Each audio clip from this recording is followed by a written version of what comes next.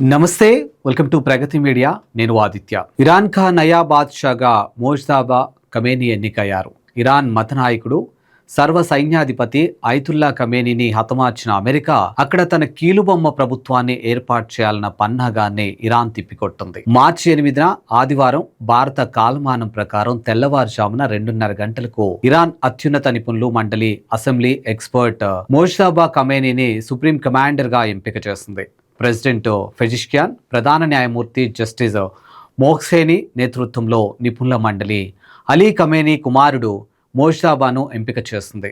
ఎంపికలో జాప్యం జరగలేదు, కానీ దేశ భద్రత కోసం ఈ విషయాన్ని గోప్యంగా ఉంచారు. దేశాధినేత అయతుల్లా అలీ ఖమేనీ హత్యలో ఇరాన్ అట్టుడికిపోతుంది. బేషరతుగా లొంగిపోవాలన్న అమెరికా హెచ్చరికలను బేఖాతారు చేసిన ఇరాన్ తన పని తాను చేసుకువెళ్తుంది.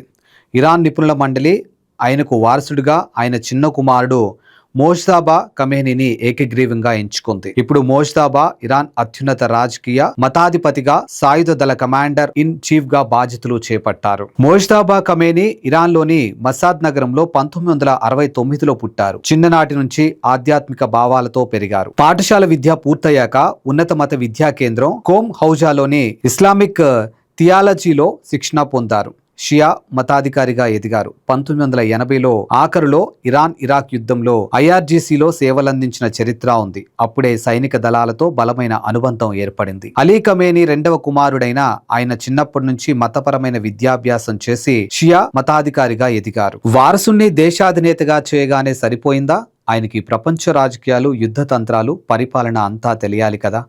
అయతుల్లా ఖమేనీ నెలకొల్పినటువంటి ఇస్లామిక్ రెవల్యూషనరీ గార్డ్స్ కార్ప్స్ ఐఆర్జీసీలో పనిచేసిన అనుభవం ఉంది.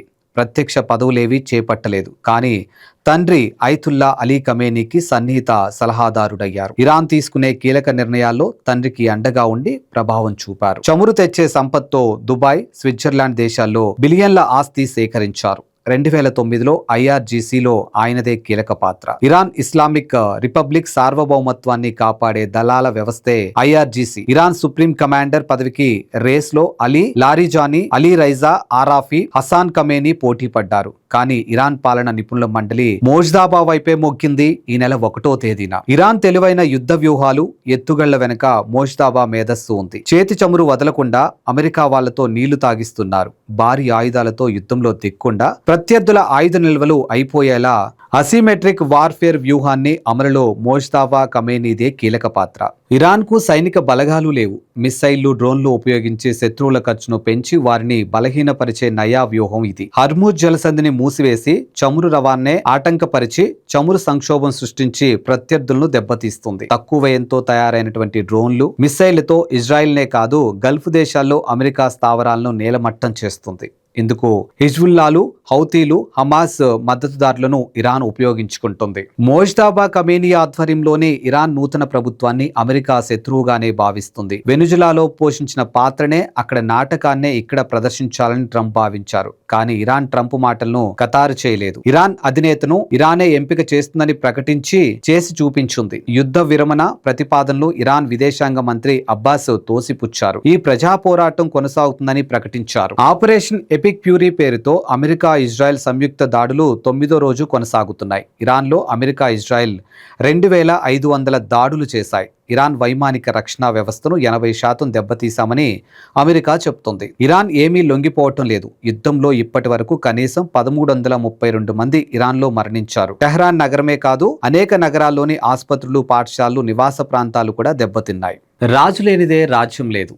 ఇరాన్ అత్యున్నత అధినేత, సర్వ సైన్యాధిపతి, supreme commander Ayatollah Ali Khamenei నేడు లేకపోవు. కానీ కనీసం 25 ఏళ్ల నుంచి రాజ్యతంత్రాన్ని, రణతంత్రాన్ని ఆయన తన కుమారులకు నేర్పారు. ముఖ్యంగా రెండో కుమారుడు మోజ్తబా ఖమేనీని తనకు వారసుడిగా తీర్చిదిద్దే పని ఎప్పుడో ప్రారంభించారు. ఐఆర్జీసీ మధ్య ప్రాచ్యంలో Kuwait, Qatar, Bahrain, Saudi Arabia సహా 27 అమెరికన్ సైనిక స్థావరాల మీద దాడులు చేయటాన్ని తేలిగ్గా కొట్టిపారేయలేం. హర్ముజ్ జలసంధి మూసివేతతో ఇప్పటికే చమురు ధరలు పెరిగాయి. ఈ యుద్ధం సెగ అన్ని దేశాలను తాకుతుంది. ఇవన్నీ మోజ్తబా ఖమేనీ యుద్ధ వ్యూహాలే. మరి ఈయన నేపథ్యంలో ఇరాన్ ఎటు పయనిస్తుంది? అమెరికా ఏం చేయబోతుంది? వేచి చూడాల్సిందే. ఇలాంటి స్పెషల్ స్టోరీల కోసం చూస్తూనే ఉండండి ప్రగతి మీడియా.